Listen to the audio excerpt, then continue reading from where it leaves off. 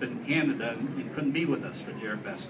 And we were very disappointed because we wanted to make sure that with a good crowd that we had the ability to say thank you to Don Manzullo. I spent 10 years on the board here, and it's great for me to be back here. And I will tell you that during my 10-year tenure, and I'm sure the commissioners would all agree as well, nobody has been better to this airport than Congressman Manzullo. Nobody has fought in Washington on behalf of this airport for dollars. We have an international arrival gate down to the west of us that is only here because of Congressman Manzullo.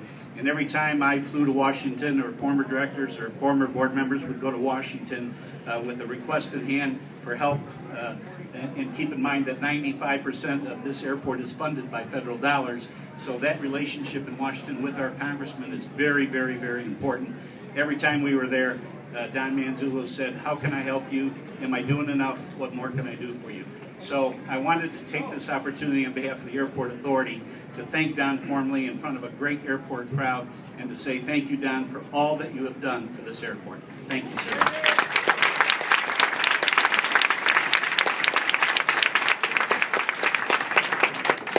I learned how to fly at this airport in 1977. I had gone up with a good friend of mine in a Cessna 150, and I was terrified. You landed the plane. 2 weeks later, I bought a brand new Cessna 150, $14,500, and leased it to Anderson Aviation. And this is where I learned to fly. And in fact, if you see planes flying coming into the airports during the daytime and they have their lights on, I started that.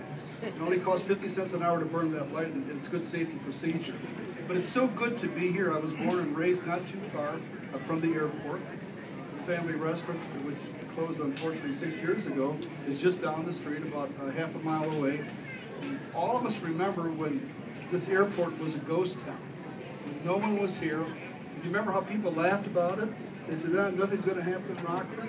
Well, you know what? We all proved them wrong. That's because of the solidarity of the people that are working at the airport, but most of all, it's because of people like you who had the faith to stand by, to wait, and then when Allegiant Air came, to go out and to buy the tickets. So this celebration really is for you. Just turn to the people next to you and say, thank you for helping building the airport. Thank you, and God bless you.